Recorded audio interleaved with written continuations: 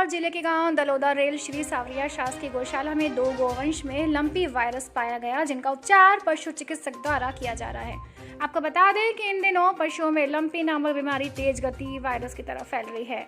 गौशाला अध्यक्ष राधेश्याम मालवीय ने बताया कि जिन पशुओं को लंपी वायरस बीमारी हुई है उन्हें सभी पशुओं से अलग रखा जा रहा है, प्रतिदिन उपचार किया जा रहा है। साथ ही पशु चिकित्सक डॉक्टर अजय राठौड़ ने बताया कि जिन पशुओं को कोई बीमारी नहीं है उनका भी टीकाकरण किया जा रहा है ताकि कोई बीमारी नहीं फैले।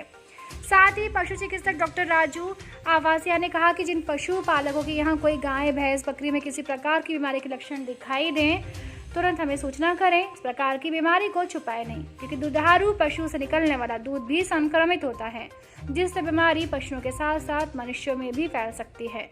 गौरतलब है कि इस बीमारी से ग्रसित जो भी पशु इसकी चपेट में आते हैं उनके शरीर पर गठाने जैसी आकृति के फफोले हो जाते हैं, जिनसे पशुओं को बेहद पीड़ा उठानी पड़ती है।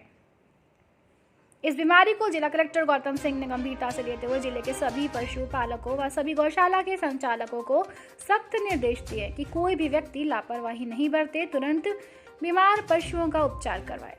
प्राप्त जानकारी के अनुसार दलोदा तहसील की बेहपुर गौशाला में सबसे ज़्यादा पशुओं में लंपी वायरस बीमारी देखने को मिली। हालांकि पशु चिकित्सकों की सक्रियता से रिकवर किया जा रहा है।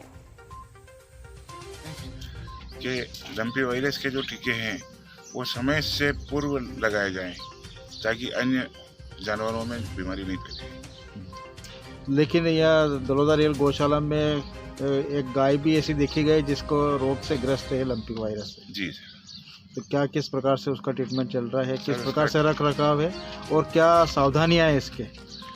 सर रख रखाव तो ये है कि उसके लिए चारा और पानी की अलग से व्यवस्था की गई है और गाय के लिए अलग ही बांधने की व्यवस्था की गई है।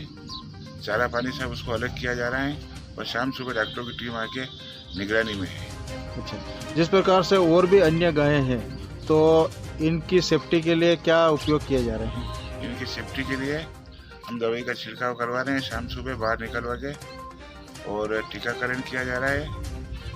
कोई संकेत दिख रहे हैं किसी गाय में तो उसको अलग से व्यवस्था की जा रही है। गायों का टीकाकरण किया जा रहा है और किस प्रकार के अधिकारियों से निर्देश प्राप्त हुए, क्या है जानकारी होगा? हमारे जो बड़े डॉक्टर साहब है, डॉक्टर जो वसिया और जो जहाँ साहब है वो भी आके यहाँ पर इनके इलाज कर रहे हैं और मैं भी करता हूँ, यहाँ पे रहता हूँ मैं। और मतलब हल्के फुल्के हमको जो नॉर्मल लक्षण दिखने को मिलते हैं उस हिसाब से हम ट्रीटमेंट कर रहे हैं कि मतलब दूसरी गायों में मतलब ये बीमारी नहीं फैले और हमारे गौशाला में ज़्यादा गोधन का नुकसान नहीं हो।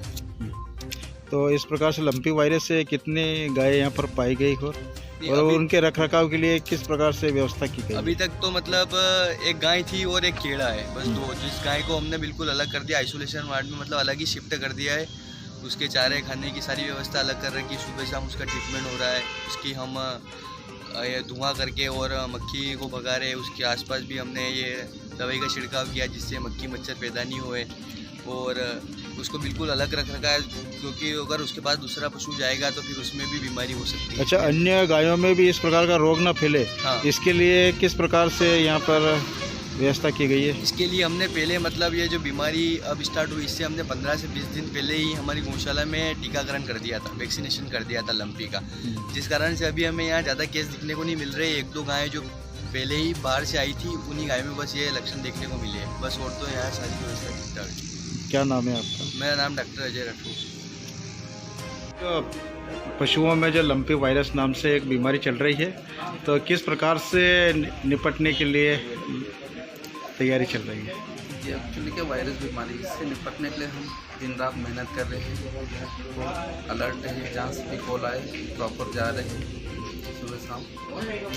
अच्छा, जिन गायों को जो लंपी वायरस हो गया है उसके उपचार के लिए क्या किया जा रहा है और जिनको नहीं हुआ उनके बचाव के लिए किस प्रकार से?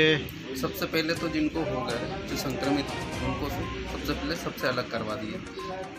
जो नहीं है उनको अलग साफ सफाई नहीं, वो बाकी ट्रीटमेंट तो चलिए। अच्छा, जैसे ग्रामीण क्षेत्र में किसानों के पास भी और भी जो मवेशी है वो उनके प्राथमिक उपचार के लिए उनको तत्काल में मतलब किस प्रकार से क्या चीज़ इस्तेमाल करना चाहिए ताकि? तो आयुर्वेदिक के लिए भी बता रहे हो, बाकी हम तो ट्रीटमेंट के लिए जा ही रहे हो उनको, या जैसे उनका कॉल आता तो या तो हम उसी समय या हमें दूसरी और विजिट हो तो उनको टाइम दे देते किस टाइम पे आएंगे।